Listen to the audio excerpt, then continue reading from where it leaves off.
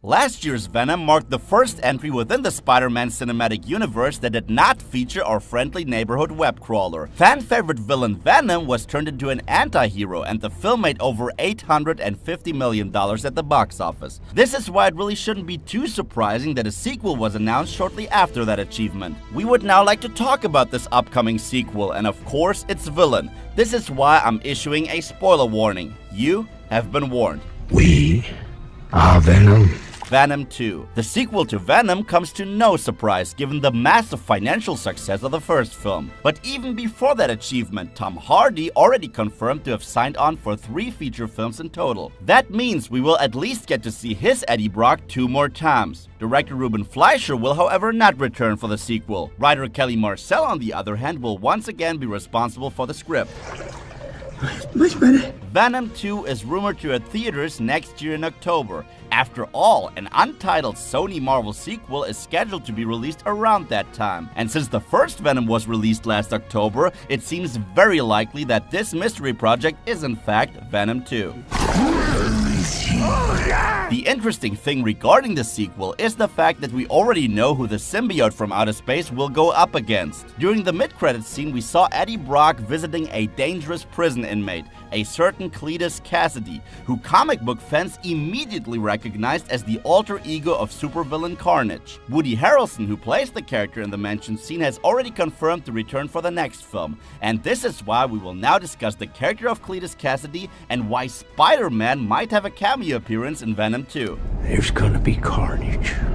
Cletus Cassidy. The story of Cletus Cassidy isn't exactly a nice one. Since the day he was born, his life was shrouded in darkness. After all, he was born in the Ravencroft Institute, Marvel's answer to DC's Arkham Asylum. Cletus was a violent child who killed his grandmother by pushing her down the stairs. He even tried to kill his own mother but failed. Eventually, he lost her anyways to his father, who killed her since she was not willing to help him in court by testifying in his favor. After that incident, Cletus was sent to an orphanage, but even there he didn't exactly behave like a little angel. Quite the contrary, actually. Since he was a bit of a recluse, he was constantly picked on by other children, and even some of the staff members joined in. But Cletus was eventually able to get back at them in his very own way. He killed one of the staff members and even pushed a young girl in front of a bus, since she wasn't going to go out with him. Eventually, he ended up burning the entire orphanage down to the ground. Now, who doesn't love fire?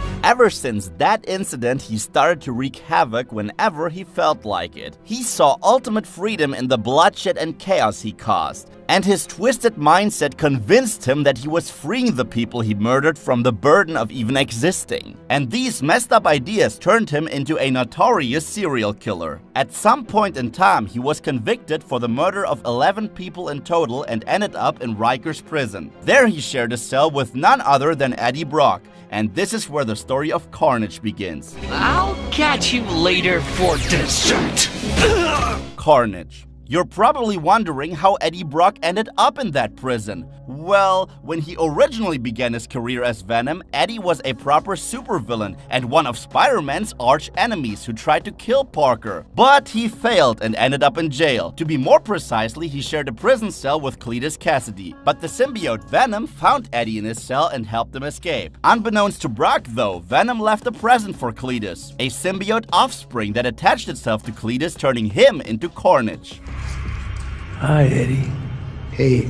The mid-credit scene from Venom showed us more or less how Eddie and Cletus met one another. Eddie wants to write an article about him and thus visits him in his jail cell. This could have been the start of the future transformation from Cletus into Carnage. Sure is good with me. The power of the symbiote drives the already unhinged Cletus completely insane, and this insanity enhances his abilities and powers in return. Carnage's powers are similar to those of Venom, but he is much stronger. When Spidey encounters Carnage for the very first time in the comic books, he's not able to beat him. In his most desperate hour, he turns to his arch nemesis Venom for help, hoping they can defeat this brand new evil together. Brock, I need Brock's help. This is why Venom 2 could potentially feature Spider-Man in a cameo role. Facing Carnage alone might be too much for Venom, and in the film version he might ask Spidey for assistance. All right. Not that you'll be much help, but I can't do this alone. We're partners. 2 against 1 might sound easy, but Carnage must not be underestimated. As his bloodlust increases, so does his power. And one should notice that Cletus and his symbiote have a much stronger bond than Eddie and Venom. The only ways to defeat him is to either expose him to heat or a certain sound frequency. Carnage is the perfect antagonist for Venom and could turn the sequel into a violent action extravaganza. Fans have their fingers crossed for an R rating, in order to do the violent nature of the character justice. So many snacks, so little time. What do you think of Carnage? Are you looking forward to Venom 2? Let us know in the comment section below. And for more original content, check out these videos. Be sure to subscribe to our channel and ring the bell to get notified about our latest video.